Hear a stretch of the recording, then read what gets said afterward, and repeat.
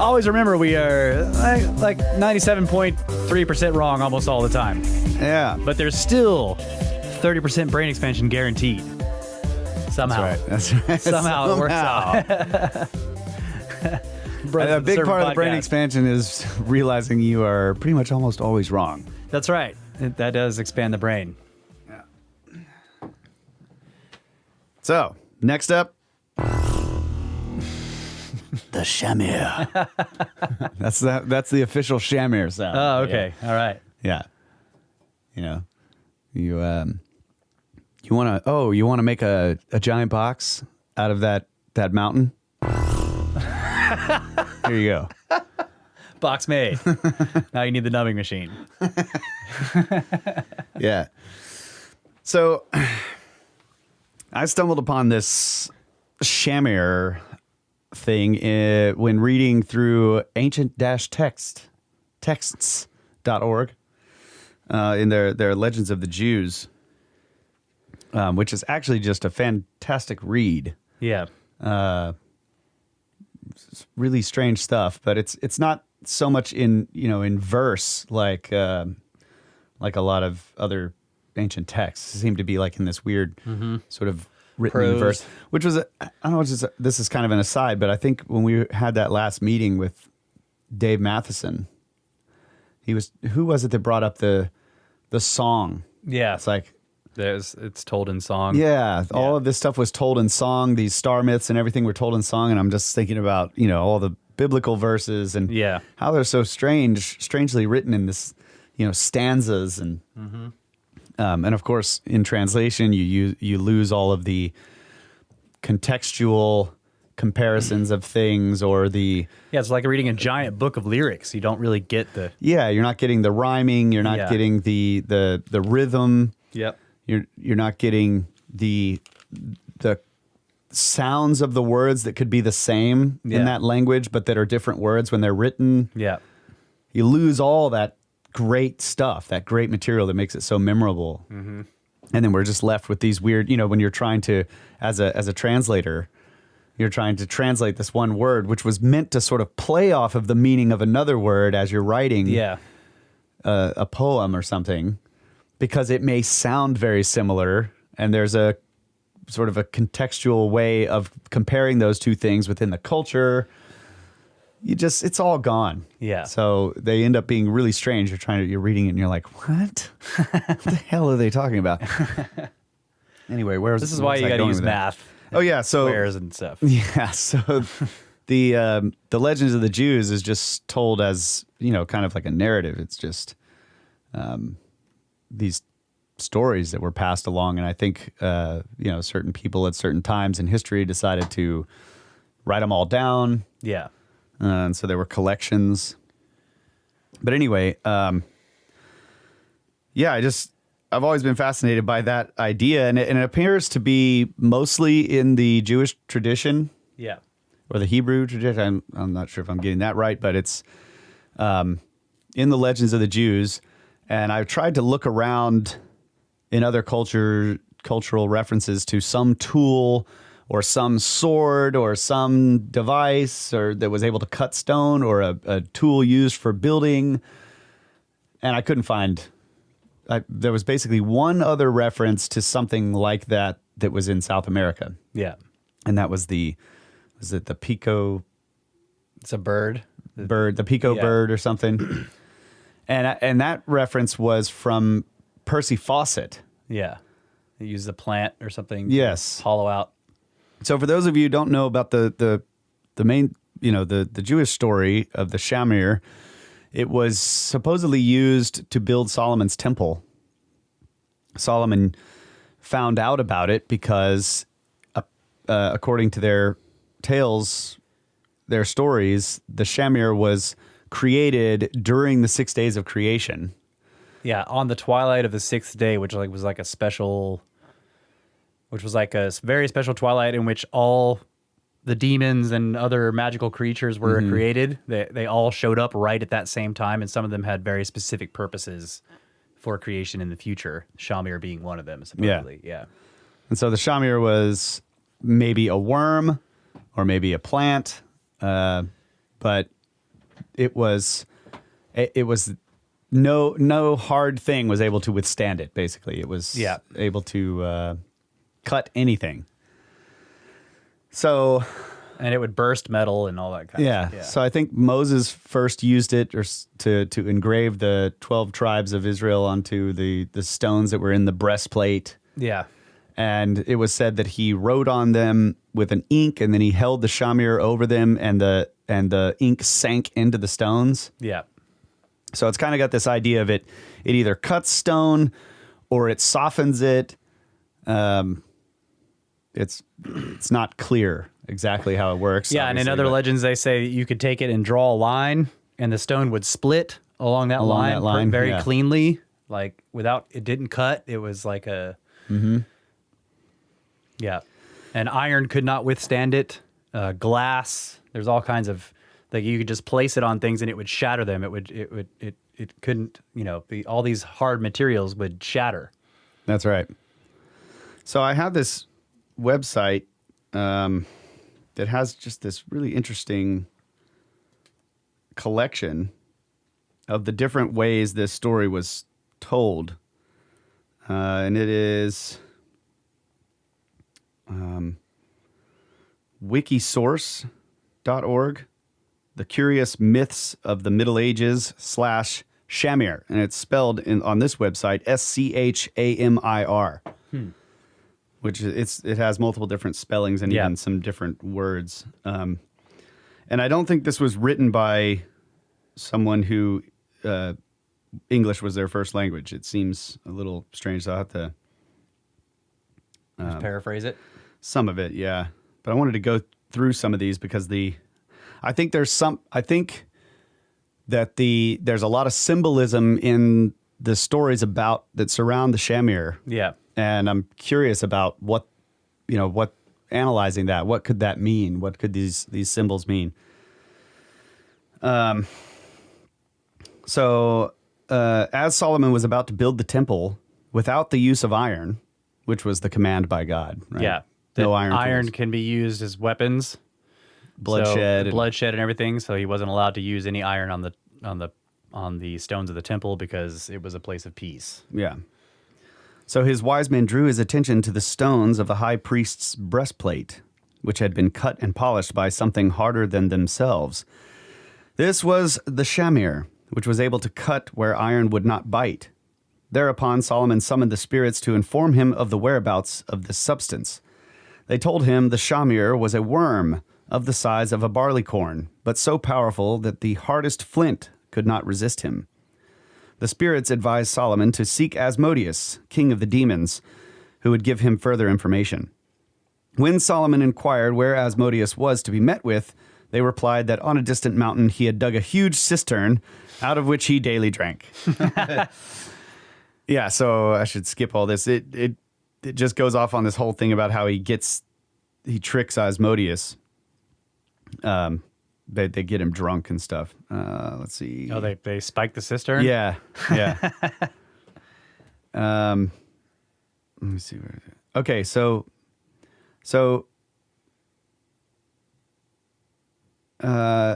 so Asmodeus eventually he tells Solomon that the Shamir was the property of the prince of the sea. Yeah. And that prince entrusted none with the mysterious worm except the moorhen, which had taken an oath of fidelity to him.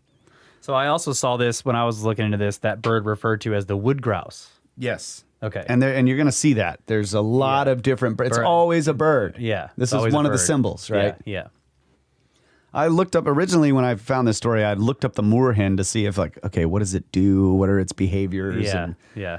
But I didn't realize at the time that it was so many different birds throughout the different iterations of the story. Right. So basically bird is the symbol, not necessarily a specific kind. Yeah. Yeah. And I don't know who the Prince of the Sea is, but I think somewhere they talk about that. Poseidon was... Maybe, I don't know. Okay, so the moorhen takes the Shamir with her to the tops of the mountains, splits them, and injects seeds, which grow and cover the naked rocks. Wherefore the bird is called Nagar Tura, the mountain carver. If Solomon desires to possess himself of the worm, which the Shamir is in this part of the story is talked about as a living worm that's tiny, he must find the nest of the moorhen and cover it with a plate of glass so that the mother bird could not get at her young without breaking the glass. She would seek the Shamir for this purpose, and the worm must be obtained from her. So it goes on to describe Solomon that sends out some flunky. they do just that, right? Yeah. You know, at first it tells you exactly what you have to do, and then it tells you how they did exactly all of those things. And so in this one, he terrifies the bird after it breaks the glass with it, and the bird drops the worm and then flees. Yeah. And he gets the Shamir. And then it says afterwards that the moorhen was so distressed at having broken her oath to the prince of the sea that she slew herself. Yeah, that's right. I saw that in a lot of the stories too. That the bird is so upset when it's stolen that she kills herself. Yeah. And I think that's the only one of the stories that has that part in it, which is interesting. So I got to skip ahead to find the next one. Okay, so in another story, Solomon went to his fountain where he found the demon Sakar, whom he captured by a ruse and chained down. Solomon pressed his ring to the chains, and Sakar uttered a cry so shrill that the earth quaked. Quoth Solomon, "Fear not, I shall restore you to liberty, if you will tell me how to burrow noiselessly after minerals and metals." And he says, "I know not how to, but the raven can tell you. Place over her eggs a sheet of crystal, and you shall see how the mother will break it." Solomon did so, and the mother brought a stone and shattered the crystal. "Whence got you that stone?" asked Solomon, because obviously he can speak to all the animals, because he got wisdom. Yeah. "It is the stone Samur," answered the raven, and that one's spelled Samur. "It comes from a desert in the uttermost east." So the monarch, Solomon, sent some giants to follow the raven and bring him a suitable number of stones. Go into the desert and bring me stones, giants. Stones for cutting. Which stones, my lord? Yeah. All of them. According to another version, the bird is an eagle, and the Shamir is the stone of wisdom. Possessed of this Shamir, Solomon wrought the stones for his temple. So then it goes on and let's see, talks about the rabbis arguing about various aspects. Yes, I saw a lot of that. It's interesting. It also, I began to think of Quant Suff.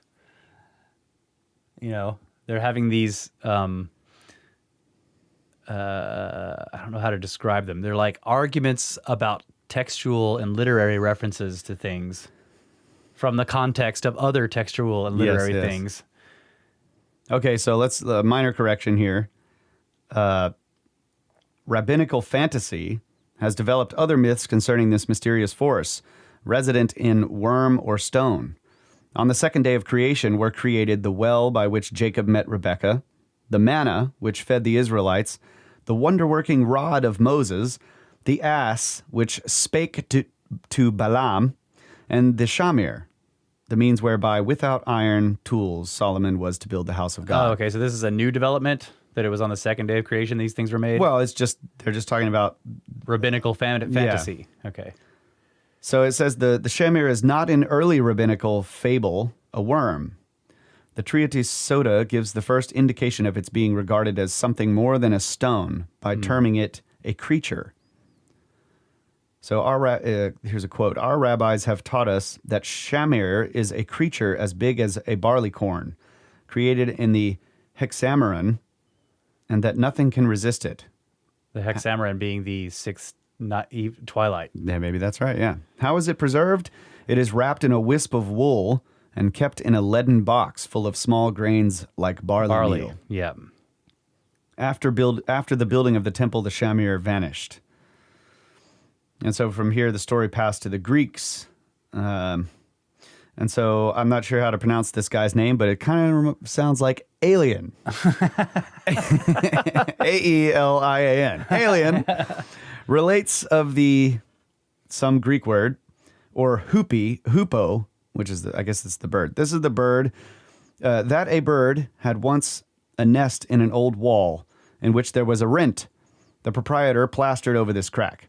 The hupo, finding that she could not get to her young, flew away in a quest of the plant Greek word, which she sought and applied to the plaster, which at once gave away and admitted her to her young. Then she went forth to seek food, and the man again stopped up the hole. But once more the hupo removed the obstacle by the same means. And this took place a third time again. What Alien relates of the hupo, Pliny tells of the woodpecker. This bird, he says, brings up its young in holes, and if the entrance to them be plugged up, never so tight, I'm assuming, plugged up ever so tight, the bird is able to make the plug burst out. In the English Gesta Romanorum is the following story. There lived in Rome a noble emperor who loved the virtue of compassion above everything. Therefore he desired to know which of all the birds was most kindly affectioned towards its young. One day the emperor was wandering in the forest when he lit upon the nest of a great bird called the ostrich, in which was the mother with her young. The king took the nest along with the poults to his palace and put it into a glass vessel. This mother, the mother bird saw, and unable to reach her little ones, she returned to the wood, and after an absence of 3 days came back with a worm in her beak, called Thumare. This she dropped on the glass, and by the power of the worm, the glass was shivered, and the young flew away after their mother.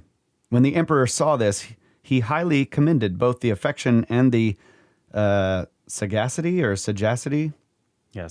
Sagacity of the ostrich, on which we may remark that a portion of that sagacity was wanting to those who applied the myth to that bird, which of all others is singularly deficient in the qualities with which the king created it or credited it. I don't know. It's That's confusing. weird. Yeah, it's confusing. Let's see. So the bird was smart, and he was commending it for being smart. Sort of. Okay. That's kind of what he was saying, I think. And everybody else should be that smart and use that worm. Okay. I don't know. I don't know. But okay, the point is the symbolism, right? Yes. And the comparative legends, I guess. Yeah. This is not really, I guess this is Thumare. This is not really mythology. This is Legendary. Spoken words of the people. It's not really in the ancient in the literary texts, but this is like collections of stories from the proletariat. Yeah. Okay. Well, so I want to bring up some of this stuff about the before you go on there about this sixth twilight. So this is from I don't know what this website is. Kabbalah Online, I guess. It's this section is just called The True Essence of the Shamir. It says the Mishnah relates that the Shamir was created on the sixth day of creation at the twilight of Sabbath Eve. This elaborates on the significance of this point. The entire physical world created during the 6 days is governed by the laws of nature. Not having been created exactly within this time frame, the Shamir is therefore supernatural. The other exceptional phenomena created during the first Sabbath twilight relate in some way to the Shamir, and these include the demons, the ram which Abraham sacrificed in place of Isaac, the first pair of tongs which were then used to make other instruments, Moses' staff, Adam and Eve's clothes, fire, and the mouth of Balaam's donkey, the pillar of fire and the pillar of clouds that led the children of Israel through the desert, and the vessel in which the manna was preserved in the Holy of Holies in the temple. See, again, this is like it. There are all these very old symbols. Yeah, and this reminds me of think of this idea of a knowledge keeper brotherhood or whatever it is. They're not going to go to the temple and try to tell the priests hey, you need to this is very reminiscent of the what are the stories? The stories that Jesus tells, for example. Parables. The parables, right? These are stories for the people. Yeah. And so it seems like they're given these set of symbols, these repeating symbols. Yes. And that's what preserves them. It's cool, weird story. Yeah. And I'm sure like some kids like hear it and they're like, okay, let's go put this glass over this bird's nest, and they're trying to do this stuff literally. Yeah. But there's a hidden esoteric meaning to it all. Yeah. And also I would just say that part of what makes me think of this, when I'm hearing these things like this was created in a period that wasn't part of creation, I start thinking science fiction because this is where I go, right? There you go. That's good. And so there's plenty of not even theoretical, but incredibly hypothetical objects that come about due to modern physics, and the idea of the creation of the universe and the stuff that happens at the very, in the instances after the Big Bang. And so you can get some really strange objects out of these highly energetic states in the universe. And nobody's ever been able to say that whether they exist or not, but it kind of reminds me of that they're saying like these objects showed up at the twilight of creation. Yeah. Some types of material that we're able to solidify. Yeah. Through that really strange process. Yeah, and they're incredibly rare. And and of course they came down from heaven. Yeah. Right. To earth. Yes.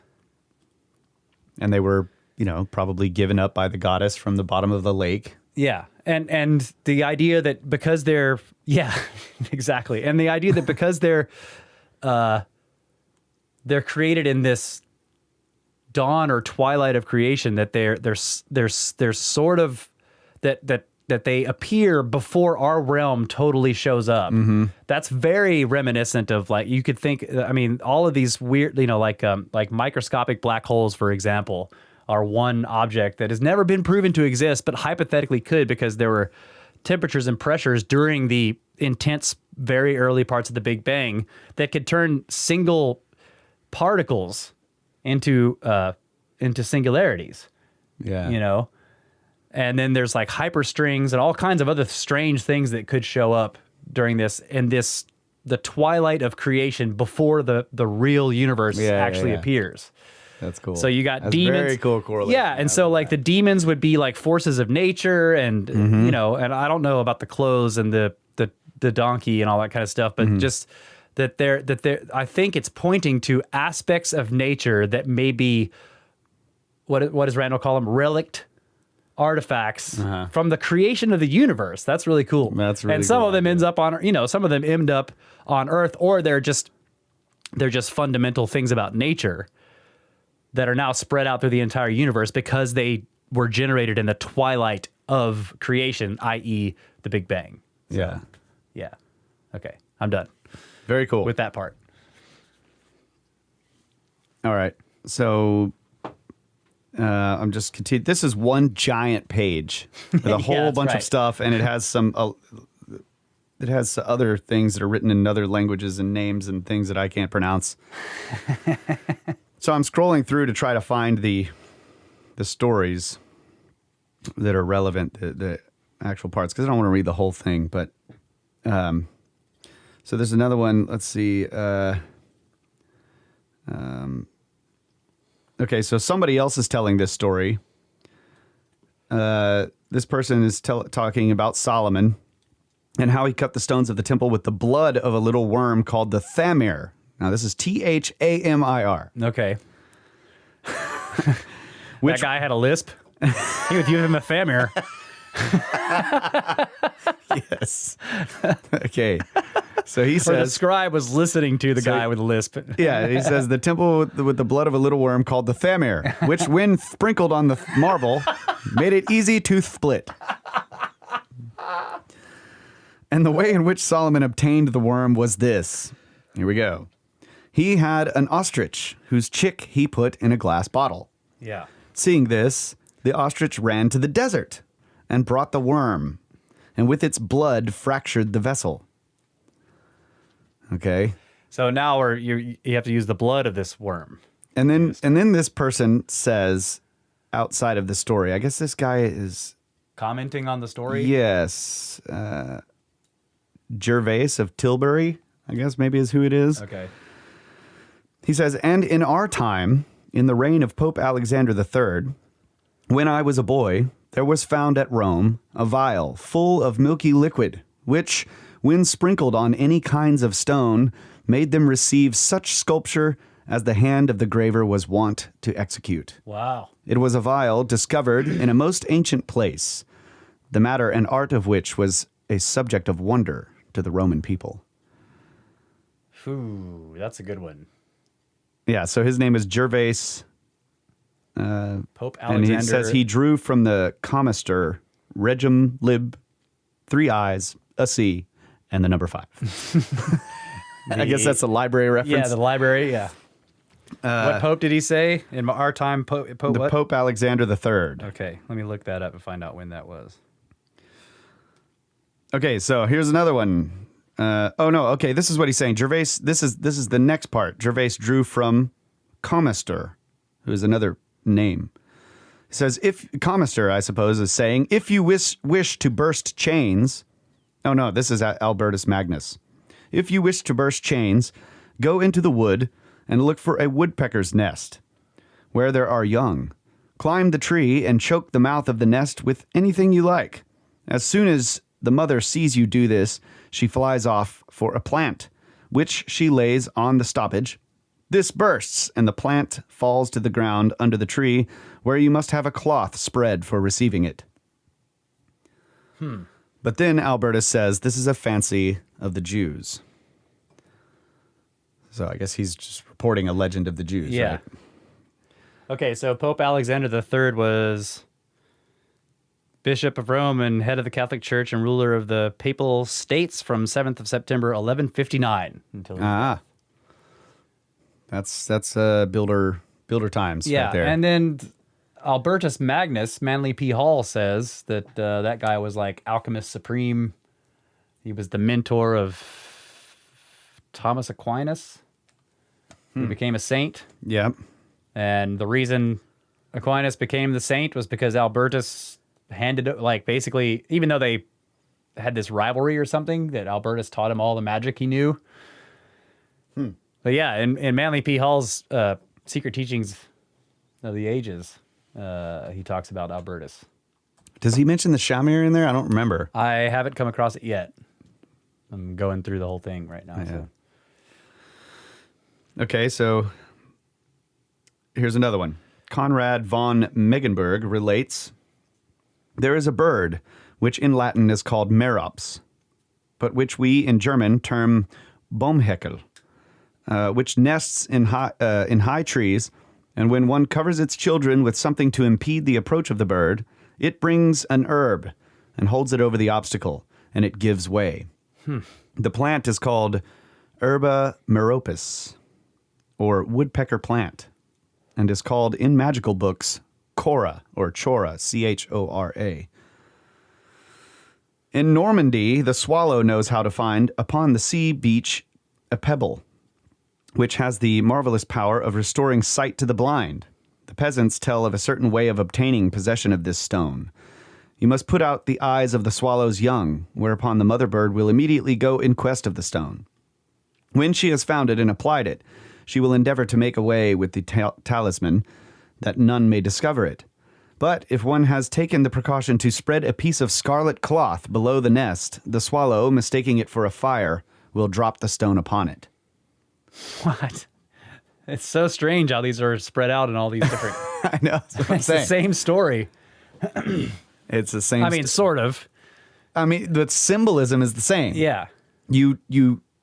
Where does this? Why do they put a piece of glass over the bird's nest? That was the one thing I've Yeah. started to wonder. Why? What does it matter, right? The Jewish legends are very specific. A piece of glass or a piece of crystal has to be Yeah. over the nest, so that So the that mother can can't- see the young. She but sees them and can't get to them. Can't get to them. Yeah. But in all the stories, the bird goes and fetches some hidden object, brings it back, and you trick it in some way or kill it or whatever the object, To yeah. get the object. Yeah. That's so strange. Do you think this is star mythology? I mean, are we looking at? We need to talk to Matheson about this for sure. We should have him on. Yeah. All right. I met with the story in Iceland, and I don't know who is speaking here. There, the natives tell that there is a stone of such wondrous power that the possessor can walk invisible, can, at a wish, provide himself with as much stockfish and corn brandy as he may desire, can raise the dead, cure disease, and break bolts and bars. In order to obtain this prize, one must hard boil an egg from the raven's nest, then replace it, and secret spelled with an E at the end. Secret, yeah. Yeah. Right? But the context, I think, is to secret oneself until the mother bird, finding one of her eggs, resists all her endeavors to infuse warmth into it, flies off, and brings back a black pebble in her beak, with which she touches the boiled egg and restores it to its former condition. What? At this moment, she must be shot and the stone be secured. How many people have tried these things? In Iceland. Okay. Okay. Now, I did not know that the Shamir could make endless amounts of brandy. Yeah.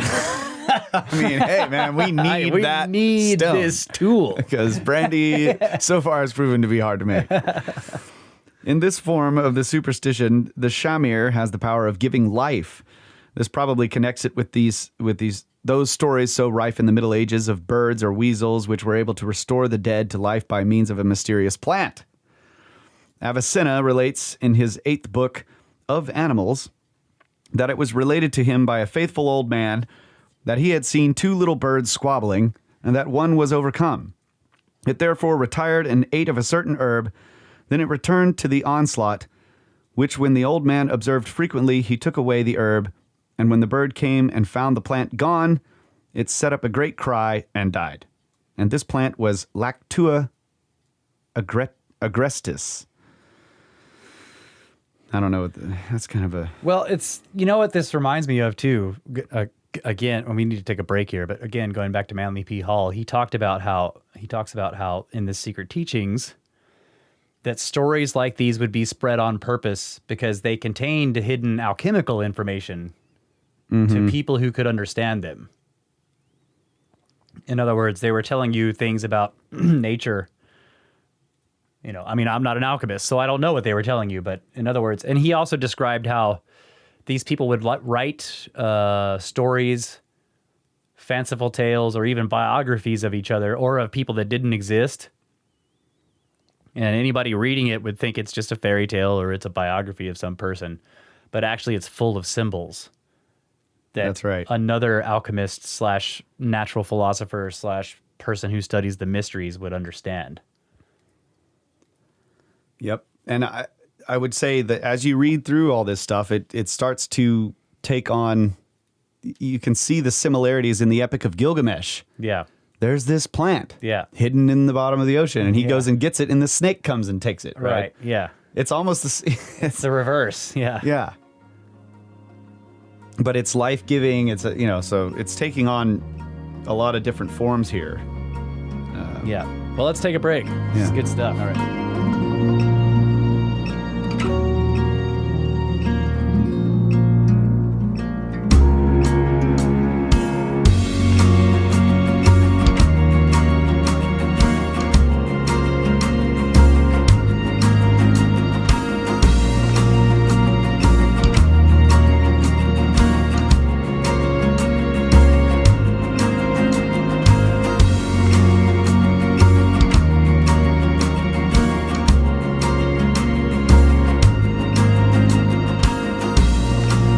History the way you wish it was taught. Brothers of the Serpent podcast, final segment, I think. Yep. So yeah, continuing on with these stories of the Shamir, the Samur, the Shamir. What was the other the one? worm. Thumul something? Shit, there was another one that was very different. Yeah. Thumule. Thames or something, I don't know. So there's a story. One of the stories I'm skipping here is of like 2 weasels. One weasel like dies or something, and the other one, seeing its companion having died, goes and fetches the root and brings this root back. And the root is from an herb that has a red flower. Anyway, lays the root on his mouth, and it brings him back to life. So we're kind of getting away from the bird and the glass covering its nest type of thing, and more into and the thing that can cut stone, and now it's more like now getting into these herbs with flowers and animals that are fetching them, and people that are noticing and tricking the animals, or just learning from the animals how to do this. So another tale from the same place, because this was a French tale. There's another one quite shorter, but in this tale, the flower is yellow. It is a marigold, which, when touched on a certain morning by the bare foot of one who has a pure heart, gives the power to understand the language of birds. Now we're back to birds. Yeah, okay. And the language of birds, which is the secret. And this is one of the ways Solomon was able to discover the Shamir. By talking to the eagles or whatever? He talks to the birds, This is the same story as that of Polyidus and Glaucus. Polyidus observed a serpent stealing towards the corpse of a young prince. He slew it. Then came another serpent. Finding its companion dead, it fetched a root by which it restored life to the dead serpent. Polyidus obtained possession of the plant and therewith revived Glaucus. I guess Glaucus is the prince. In the Greek romance of Rhodanthe and Dossicles is an incident of similar character. Rhodanthe swallows a poisonous goblet of wine and lies as one dead, deprived of sense and motion. In the meanwhile, Dossicles and Cratander are chasing wild beasts in the forest. There they find a wounded bear, which seeks a certain plant, and rolling upon it, recovers health and vigor instantaneously. The root of this herb was white, its flowers of a rosy hue, attached to stalk of purplish tinge. Dossicles picked the herb, and with it returned to the house, where he found Rhodanthe apparently dead. With the wondrous plant he, however, was able to restore her. The same story is told in Germany, in Lithuania, among the modern Greeks and ancient Scandinavians. Germany teems with stories of the marvelous properties of the luck flower. A man chances to pluck a beautiful flower, which in most instances is blue, and this he puts in his breast or in his hat. Passing along a mountainside, he sees the rocks gape before him, and entering he sees a beautiful lady, who bids him help himself freely to the gold which is scattered on all sides and in profusion. Ooh, that sounds like a trap. He crams the glittering nuggets into his pockets and is about to leave when she calls after him, "Forget not the best." Thinking that she means him to take more, he feels his crammed pockets, and finding that he has nothing to reproach himself with in that respect, he seeks the light of day, entirely forgetting the precious blue flower, which had opened to him the rocks, and which has dropped on the ground. Okay, now we're getting back to stones. That's right. He puts the flower in his cap, and he sees the opening to the cave full of all the metals, right? Yeah, okay, yeah. So he takes all the metals and forgets the tool that... Yeah. Yeah, this is interesting. Once upon a time, a shepherd was driving his flock over the something. When wearing his tramp, he leaned upon his staff. Instantly, the mountain opened, for in that staff was the springwort, which is in quotes. Within he saw the princess Isle, I guess, who bade him fill his pockets with gold. The shepherd obeyed and was going away when the princess exclaimed, "Forget not the best," Forget not the best. alluding to his staff, which lay against the wall. But he, misunderstanding her, took more gold, and the mountain clashing together severed him in twain. In some versions of the story, it is the pale blue flower. Quote, "The blue flower, which Brahmins say blooms nowhere but in paradise." It's just cool stuff, dude. Let's see. The pale blue flame. In the story of Ali Baba and the 40 Thieves, it is a word sesame, which makes the rocks part and gives admission to the treasures within, and it is oblivion of the magic word which brings destruction upon the luckless wretch within. but sesame is the name of a well-known Eastern plant, Sesamum oriental. So that probably in the original form of the Persian tale absorbed into the Arabian Nights, a flower was employed to give admission to the mountain.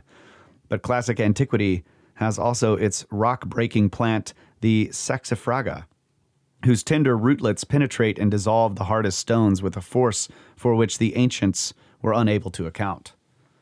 But that is a really cool connection right there. Yeah. It's sesame, open sesame. It's the same story. Yeah. That's freaking awesome, dude. I love this stuff. Yeah.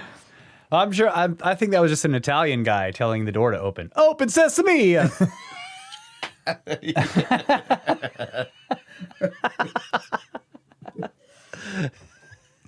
Hey. Hey, open sesame.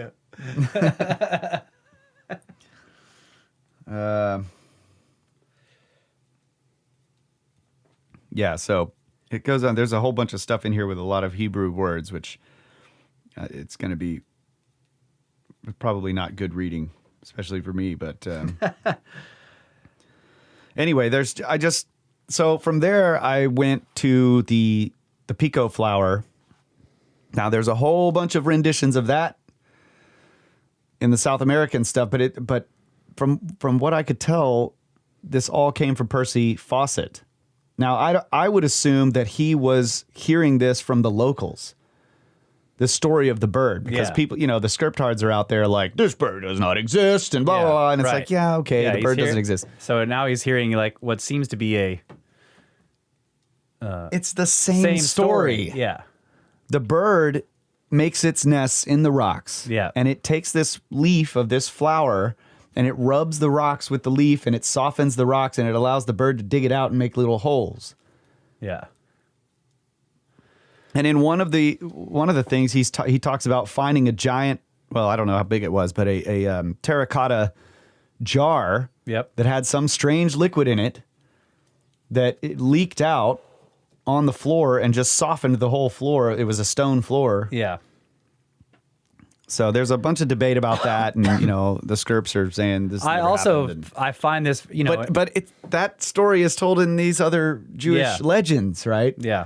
Or well, no, that was the one that was Greek or something. That's what I'm saying. I find this interesting Roman. because if you think of Percy Fawcett in the context of him out there in South America, talking to the locals, asking about that's what I'm saying. a lost civilization. And they give him and they start telling him this story of a bird that has the ability to go seek some secret thing and soften stone with it. And it's just like... Like, in other words, they're connecting that story somehow to what he's asking about. That's right. That's right. Even if it isn't a literal connection. In other words, the bird itself doesn't exist. It doesn't even matter what bird it is. Right. But they're, the Skirps are out there saying like, oh, the Pico bird doesn't even exist. And I'm like, you're missing the point completely. Yeah. And the other thing is this a pre-Columbian story? Exactly. Yeah. Like, are they getting this story from the same most ancient source that all these European and Mediterranean people got it from? That's what I'm talking about. This story has been passed down since the civilization that had the tools that could do this. Right.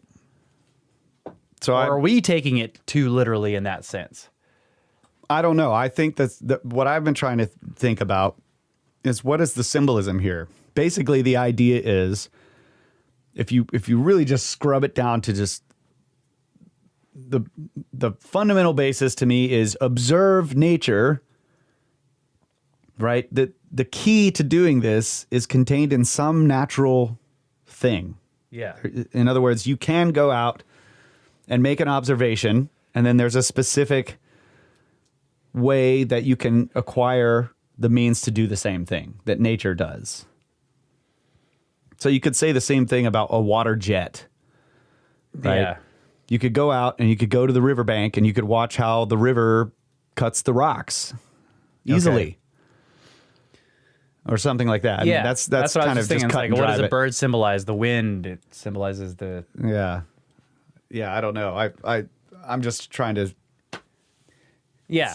I think the bird probably has more meaning than just like, oh yeah, go sit by the riverbank and watch nature cut rocks. I think it does have Yeah. a deeper meaning. But my point is in terms of like looking for the truth, is there any truth in this story? Technically, yes. Yeah. Yeah. Or we could go full Ancient Aliens and say the bird was some sort of flying device. It is really interesting how with the different places the bird has to go. Yeah. Right? Is it, and it's going out into the desert to bring a stone. Yeah, or it's going out over the ocean, or it made the oath to the Prince of the Sea. Yes. But it uses, and that's another one that really gives you the idea that, okay, this is a force of nature. Yeah. A force of creation, for lack of a better word, where it's the bird is using this tool to cut the rocks in the mountains to drop seeds in to grow. Yeah. It's like, okay, there's a natural force involved here. Yeah. Yeah, and the idea that whatever the Shamir itself was showed up, in the twilight of creation. Yeah, that's really cool too. That implies it's some kind of fundamental process, right? And in terms of the way we look at physics today, it would be the same thing as everything else that was created during that twilight, which would be fundamental properties of the universe. Yeah. Yeah.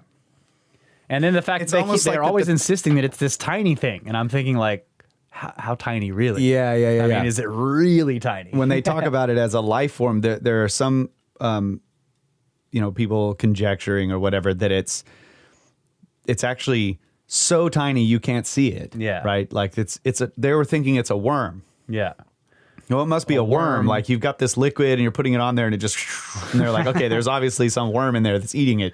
Yeah. And maybe because if you don't keep it in a certain situation where, the worm has some food or whatever, it will die and no longer be.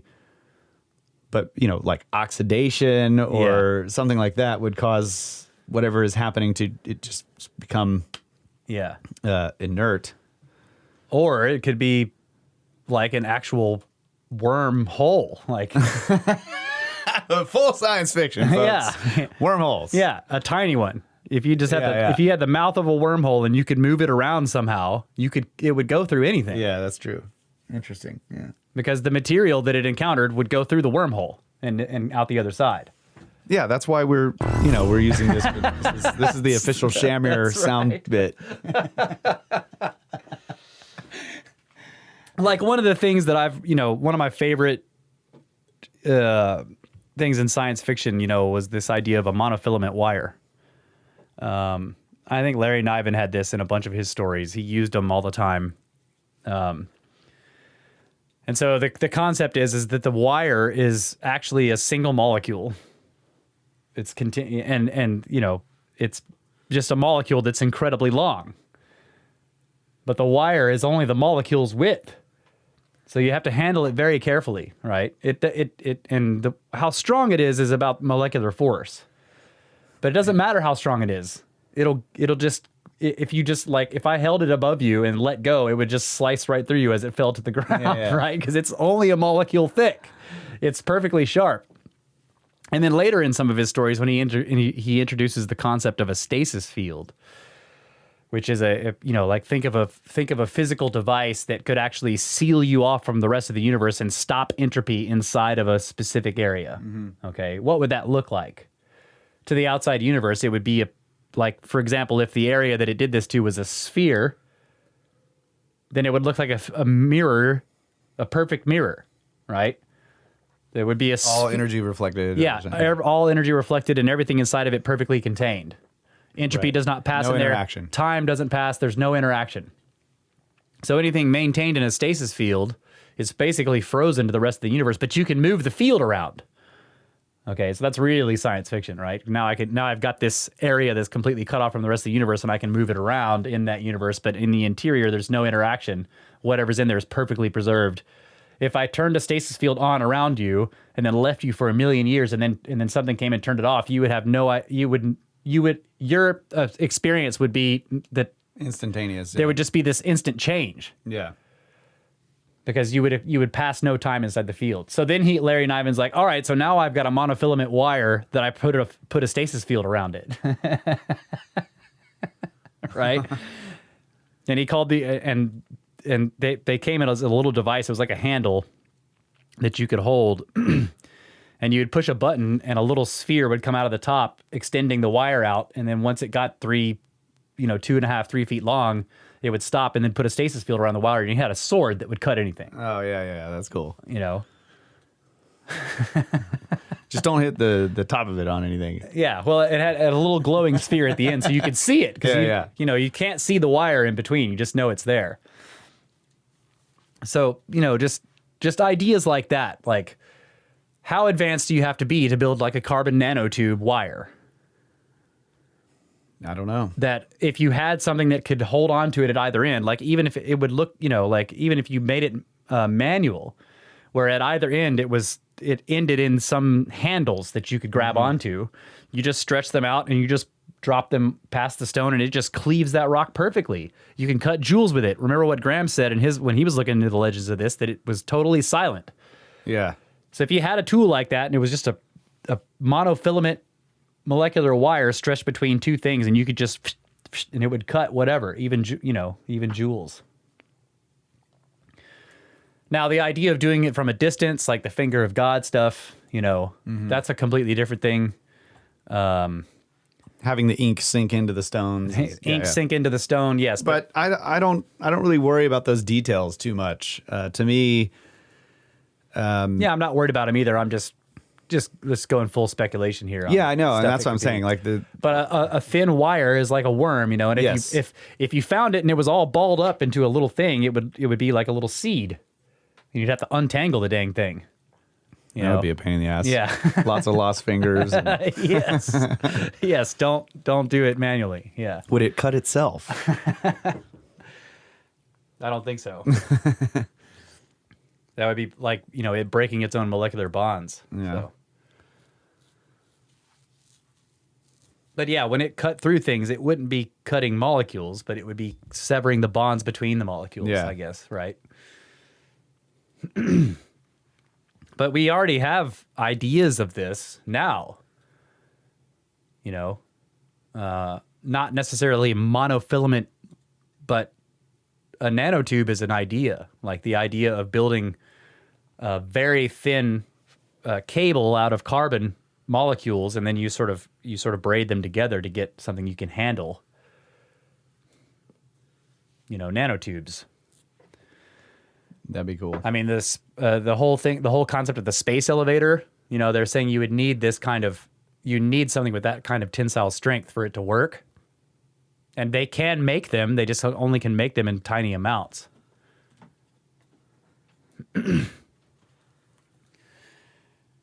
So, yeah, I like to think about what it could be, and I think that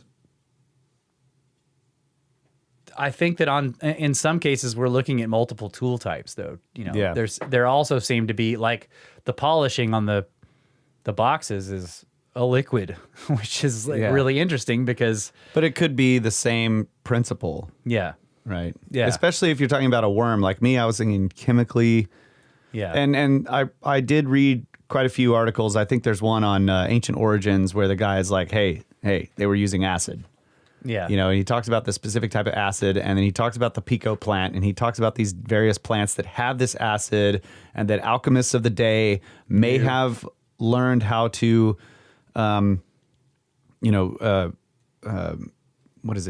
separate this acid from the plants or the molecules. Why can't I think of words right now on the podcast? This is your job. I know. Thinking of words. It's terrible. Anyway, they would get these... To isolate the acid? Yes, to isolate it. Thank you. In their alchemical labs. Yeah. And then they would use the acid, they'd put it on there, and it was basically, his point was not that this was stone softening that you would then re-harden, because there's a lot of misconception about that. Or maybe it's not misconception. People are looking at the legends and the myths and saying, yeah, well, maybe they used something and they softened the stone. Yeah. And then they were able to shape it. And the point is, well, once you've done that, it's not going to go back and be that stone again. Right, yeah. It's just not going to be the same. Granite is formed under... I've never understood how Even if you had something that could soften granite, it would not reform into granite. The specific types of bonds that are necessary are created under incredible temperature and pressure. Yeah. Right? Now, can those be recreated some chemical way? I don't know, but Yeah, I don't know. But the point is that if you had some acid that would etch granite, which there is an acid, I can't remember what it was, like hydrofluoric or something like that. yeah, That would literally eat the granite away. Now, you could use that to polish it because we've done the same thing with, with muriatic and what's the crystal that we get here? Calcite. The calcite. Yeah. It eats it away, so you can put it in a mild solution And it will polish it beautifully. Yeah, absolutely. So Yeah. you could do this, and it would be a liquid. And if there was a droplet that ran, Yeah. you would see it. Yeah. That's right. Okay, so that's understandable. Mm-hmm. However, allowing you to scoop out Is a different thing. a totally different thing. So if you were to grind out that, roughly grind that thing, and then use a whole bunch of acid to eat it down to a nice smooth surface, Yeah. totally different, right? That's understandable. But cutting a precision flat surface and having tool marks, that's not an acid. No. These are not, and so I disagree with the guy on Ancient Origins that this is not, that was not their method. Yeah. Could it be a method for polishing? Yes. Yes. Etching, absolutely. Yep. But cutting through these solid blocks, because they're not all polished in that way, and there's obvious tool marks, as Ben has showed us. So I don't think that's the answer. But it is interesting to think about the alchemists getting, actually making this acid and using it, right? It would become known, and the builders, the stonemasons would use it. Obviously, they would. Yeah. And maybe they developed ways to aid in the splitting of stones. Once they made they cut a groove and then they just keep putting acid in it. I don't know. Yeah. And just aid in the grinding away process. Yeah. But this is still not going to result in machine surfaces. Right. It just won't. Especially not 3D like curving machined surfaces like we see. Yeah, out there. but I will admit that could explain some of the interesting tales about the plants and how the bird utilized the plant or whatever. It's How is it breaking glass though? But it's interesting that I love where it gets into the language of birds, right? Yeah. This is a really mysterious clue. thing, because there's all these birds having something to do with the Shamir. Yeah. And then you get into the language of birds, and you're like, oh, Yeah. is this the scientific language Yeah. that they were using, that the learned people of the time were using to communicate their knowledge or whatever? Yes. Is this? Yeah. So Yeah. That's cool stuff. And then before we close out, I wanted to. And the language of birds is something we supposedly lost in the confusion of tongues, Right. isn't it? Right? I think so. Yeah. Yeah. Yeah. And of course, when it talks about Solomon gaining his wisdom, one of the things about that was that he gained the ability to speak to the animals. Yeah. And so he He could. learned the language of birds. Yeah. Yeah. Yeah. Post Babel. And that could be an analogy of, I think of things like mathematics or physics, because once you learn the language, then you begin to understand how nature does all of these things, and then you can you can use that information to build your own stuff that does cool stuff, just as we do today. But in the process of looking through, going down the rabbit hole of the Shamir, I was talking earlier about how I was trying to find, similar ideas in other cultures. And I thought, well, China and Japan, they have a lot of megalithic structures. So what do their legends say about how the builders built? Did they do this stuff in one night? Did they sing the stones? And I couldn't really find anything, but I did find this one interesting thing that's kind of off topic, but it's great because this, to me, is this is the way I love to look at the myths. So there's the story of the moon goddess, Chang'o, the Chinese goddess of the moon, is the subject of several legends in Chinese mythology. The moon goddess myth revolves around Hao Yi, the archer, the elixir of life, a benevolent emperor, and the moon. So here we are, the elixir of life again. This popular and interesting story about Chang-O takes you to the distant past where the 10 sons of the Jade Emperor were transformed into 10 suns, S-U-N-S. So 10 fiery things in the sky. The 10 suns rose to heaven and scorched the earth, threatening mankind's survival. The archer Yi shot down 9 of these suns and left only 1. Yi was then rewarded with the elixir of immortality. One day, when Yi was out hunting, his apprentice Fang Ming broke into his house and tried to get the elixir from Yi's wife, Chang Yi. But Chang Yi refused to give the elixir to Fang Ming and drank it all herself. Ooh. As she consumed it, she became weightless and flew upwards towards the heavens and stayed on the moon as a refugee. Wait, they gave him this thing of immortality, and he was like stashed it in his house and didn't use it. Huh? Well, I guess it was a bottle of liquid. Yeah, but did he drink it? I mean, that's why. I guess my question is. I suppose he was like, once a day, he's like, take a little sip. tiny little. Okay. And she was like, "No, you can't have it," and drank the whole. Okay, yeah, well, okay, right, yeah. I'm sorry. Getting hung up on some irrelevant detail. Because it's not irrelevant. Damn it. I know, I'm just. Oh, it's thanks totally not the detail that I was focused on, but go ahead. I've heard this in other stories where they're given something like that and they don't use it. Gilgamesh. Yeah. Yeah, I got the plant. Yeah. Well, I don't want to eat it yet. Let me go feed it. I'm going to go test it on something. He's going to go test it on all the old guys back in. Yeah. And so he lays it down and then goes to sleep. Like, what? Yeah. Yes, you're right. That is a good point. He leaves it at his house while he's out hunting. Mm-hmm. Well, I got the immortality. Yeah, and he has an apprentice who's not with him while he's hunting. Right. Okay. The point that I got from it was obvious. I mean, I'm thinking of comets and Younger Dryas, all of this stuff, and then there's a refugee on the moon. Yeah. Yeah. After the destruction, the immortality was drank. Okay, so she consumes the thing that makes you immortal, and then is sitting there on the moon. Yeah. So it's like, okay, yeah, I got to go full ancient alien. We've got boxes. That's okay. Yeah, okay. You want to stash stuff through an apocalypse? You might want to put them in giant stone boxes, or to make things truly immortal, you put them in space. Go to the moon. Yeah, and stash them there. Yeah, that's where your real boxes are. That's right. I love that. Yeah, I love that. And yeah, there you go. The 10 suns in the sky. I mean, wreaking havoc and burning the earth, and it's just. And something shoots down 9 of them. And then you have, once again, this connection to the Tower of Babel. Yeah. When you look into all the different iterations of that story, you find out that the gods would not allow man the domain of the heavens. Yeah. And they lived in fear of the gods, and the gods would be flying around in the heavens and like, damn it, why can't we have the heavens too? And eventually one guy builds this spear and he throws it up there and actually hits one, and blood comes down. Yeah. And they realized they could like, oh man, they can be killed. Yeah.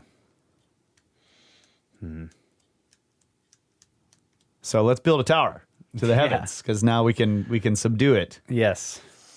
And yeah, you're right. The moon is a perfect hermetic seal. That's right. It is contained in a vacuum. Yeah. So maybe that's where the Thamir is. Thamir. Yep. Where's my paper of stuff? What happened to the dark side of the moon rover? Oh, and I wanted to say thanks to Jeff for this awesome Epic of Gilgamesh book. Man, I saw that the other day. I got to go through this thing. It's like a comic book version of the Epic of Gilgamesh. This is going to be great. Yep.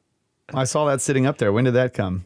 I don't know. I think Laura got the package. She unpackaged it and put it up there for us. And she put it there. Yeah, two Snake Bros from Curator. Yeah. It's awesome. Yes. So, and I know you, buddy, you said that you sent us something else, and it must still be in the it must still be at the PO at the post office because Laura hasn't gone. You know, she's been having babies.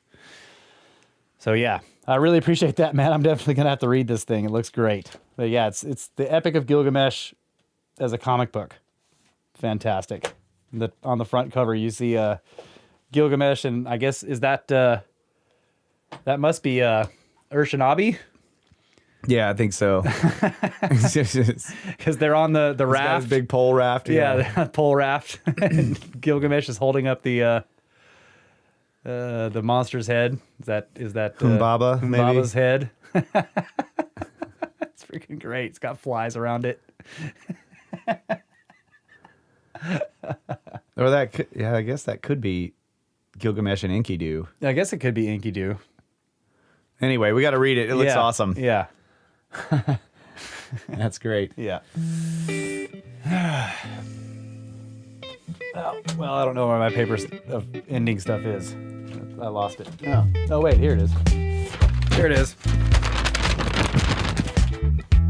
Right, so you guys can get a hold of us, brothersoftheserpent@gmail.com. Check out the website, brothersoftheserpent.com. That's where all of our cool podcast-related stuff is. And I want to say the archive feed is now available. So for those, there's many ways you can get the archive of the back catalog of shows that no longer shows up in the current standard podcast feed. One way is on the website.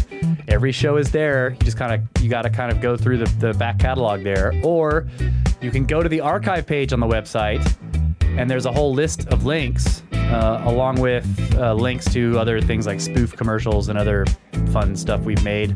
But at the top of the archive page now is a link to an RSS file, and you can just copy paste that into your podcasting app or your feed reader or whatever. And that will give you episodes. That will give you a feed of episodes 2 through 92. And I've got confirmation that this works. I've tested it. Kyle tested it out, and I put it in the Discord, and some people tested it out. I see it's got a bunch of subscribers already. So that feed will never change. It's just all the shows from episode 2 to 92, and then eventually I'll have to make another one that has episodes 93 to whatever, and so on and so forth. But I'll just keep putting the links there on the archive page. So that just makes it easier for people who normally listen to podcasts, with a podcast app. Well, now you can get the archive in your feed, in your app, and go through them that way with all the descriptions and the pictures we posted and all that stuff.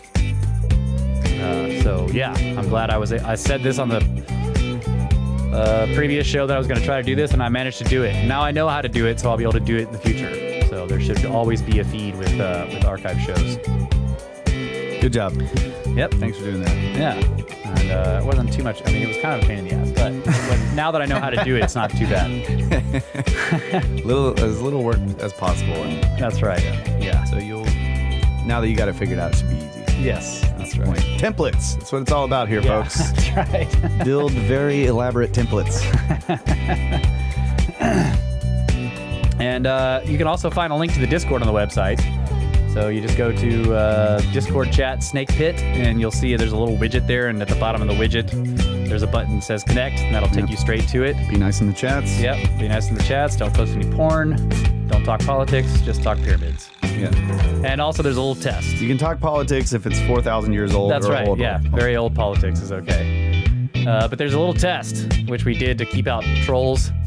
So when you first join, you'll be in the hatchery, and you'll get a notification that you got to answer 3 questions out of 7 or something like 5? that. Yeah, 5 questions, 3 questions. Yeah, there's like 7 questions or something, and as long as you can answer 3 of them, which they're not too hard, it's just to make sure that people who join are actually people who listen to the show and are familiar with it. And, it's just kind of weeds people out because we had some problems for a little while there. Anyway, so yeah, join the chats. It's fun. That's run by Jeff, who sent us this book, Epic of Gilgamesh. And he also runs the Library of the Serpent. There's a link to that on the website as well. Thanks to History Shift, who makes all of our YouTube videos. He does a ton of work for us. Man, he's so great. Thanks to Poddoodles, who takes some of our shows and turns. He's been doing the UFO series with Marty. Thank you, buddy. Got to check those out. It's really cool. Awesome. And yeah, And thanks to William for your donation, buddy. He says, thank you for all the great material you guys put together on your podcast. I hope this helps in some small way to get you to the pyramids. Snacks! And yes, it really does. It does. Absolutely. And we're going to do it. So thank you so much. And thanks to everybody who donates to the show. We really appreciate it. that's right. We're gonna do it anyway, even if you don't. But it's really awesome that you guys do donate, and we are going to use that money to go on some really awesome trips. That's right. And learn more about all of this stuff which we love, and come back and tell all about it to you. That's right. And also, I want to say thanks again to Ben from Uncharted X. Yes. We should be starting up the Swapcast series again with him this coming week. And this whole thing has been great, and he's awesome. So check out his channel for sure. And yeah, see you guys next week. And there was one other donation, and he says, Snacks! And his name is Bro. So thank you, Bro. Oh, yeah. Yeah, I think he wrote us an email. We read it last time. Okay. Yeah. Yeah. Yeah, and he said, yes, you pronounced my name right, bro. That's a freaking awesome name. That's right. Just, What's up, bro? Yep. Yeah, we appreciate you guys. We really love you. Always have. Always will. Good night, Adamu. Get back to work!